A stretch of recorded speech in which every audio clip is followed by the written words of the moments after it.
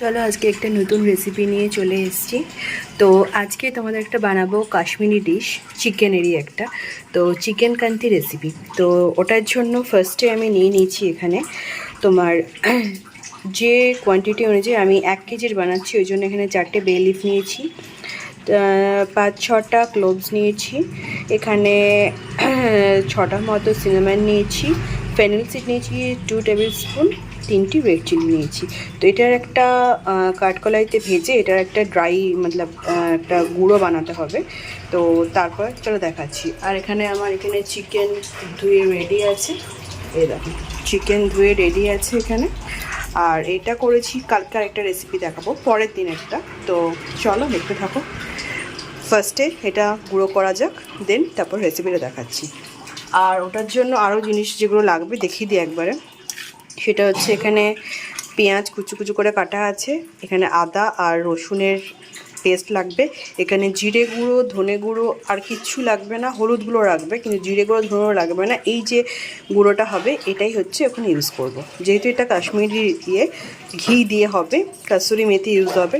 তো দেখা যাক কেমন রেসিপিটা হয়। তো চলো, এখানে সর্ষের তেল দিয়ে দিয়েছি এখানে, ঠিক আছে। এরপর এখানে 2 চামচ ঘি দেবো এখানে। এই যেহেতু এটা কাশ্মীরের ডিশ, তো কাশ্মীরে তোমার ঘিটা একটু বেশি ইউজ হয়, তো ওই জন্য ঘিটা দিয়ে দিচ্ছি। 2 থেকে 3 স্পুন আমি একটু ঘি দিয়ে দেবো এখানে,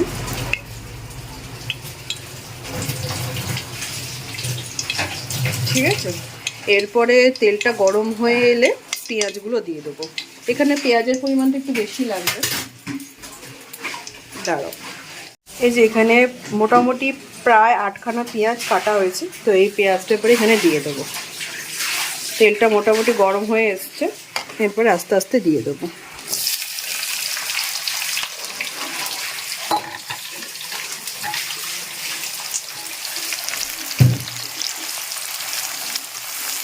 পেঁয়াজটা একটুখানি ভাজা ভাজা হয়ে গেলেই চিকেনটা দিয়ে দেবো।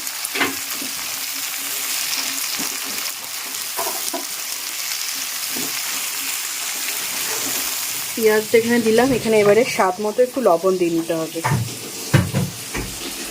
এখানে স্বাদ মতো লবণ দিলাম, পরে আবার অ্যাড করব। এখন এটা দিলাম, এরপরে চিকেনটা দিয়ে দেবো। এই যে এখানে চিকেনটা দিয়ে দিলাম, এবার এটা নাড়াচাড়া করে একটু কম আছে এটা হবে।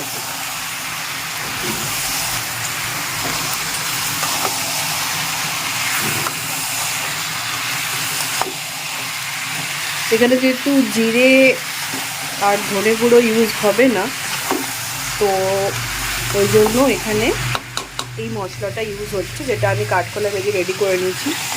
এরপরে এখানে কাশ্মীরি মির্চটা দেবো। এখানে অ্যাড করে দিলাম কাশ্মীরি মির্চ, ঠিক আছে, কাশ্মীরি লাল মির্চ। এটাকে এবার নাড়িয়ে চাড়িয়ে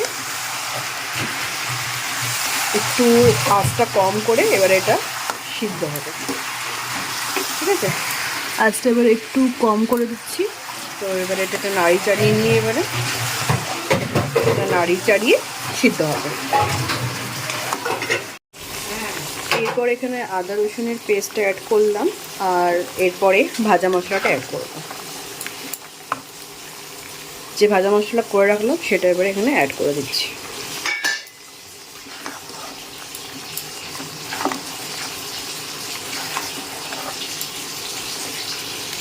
এখানে এবারে একটু হলুদ অ্যাড করব, দাঁড়াও দেখাচ্ছি। এখানে হলুদ গুঁড়ো এখানে অ্যাড করলাম, হলুদ গুঁড়ো। এরপরে এখানে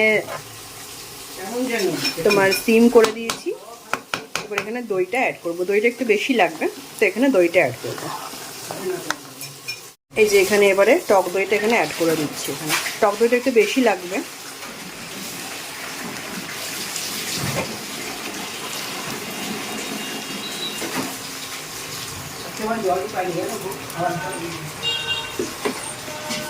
এখানে টক দইটা অ্যাড করে দিলাম, এরপরে এটা মিক্স করে নেব। এখানে আমার চিকেন কান্তি রেসিপি রেডি হয়ে গেছে। জাস্ট নামানোর আগে এখানে এবারে কাসুরি মেথিটা দিয়ে জাস্ট নামিয়ে নেবো। এখানে চিকেনগুলো সিদ্ধ হয়ে গেছে একদম সুন্দর। তোমরা অ্যাকচুয়ালি এখানে দই মিক্স করা হচ্ছে, তো আমি একটা টিপস দিয়েছি, দই যদি একটু কারোর টক ভাব লাগে তো তোমরা এখানে সেটাকে ব্যালেন্স করার জন্য একটু চিনিও অ্যাড করতে পারো তার মধ্যে, ঠিক আছে? পুরোটাই অ্যাকর্ডিং টু ইয়োর টেস্ট। চিকেনটা সিদ্ধ হয়ে গেছে, এরপর আমি কাসুরি মেথিটা দিয়ে এটা অফ করে দেবো। তো চলো, আমাদের রেডি চিকেন কান্তি রেসিপি। এখানে দেখো কাসুরি মেথি অ্যাড করে দিলাম। এখানে এবার একটু নাড়াচাড়া করবো, একটু ভাপে রাখবো, সিমেই ভাপে থাকবে, তো তারপরে বন্ধ করে দেবো। এটা একদম জাস্ট নামানোর আগে দিতে হবে। এটা হয়ে গেছে চিকেনটা। এখানে কোনো জল মিক্স করা হবে না, ঠিক আছে? মাংসের জলেই এটা রান্না হবে, সিদ্ধ হবে। এটা হয়ে গেছে পুরোপুরি। জাস্ট এবারে এটা একটু সিমে রেখে এটা বন্ধ করে দেবো। এবারে জাস্ট 2 মিনিট হয়ে গেলে বন্ধ করে দেবো। তো চলো, রেডি চিকেন কান্তি রেসিপি।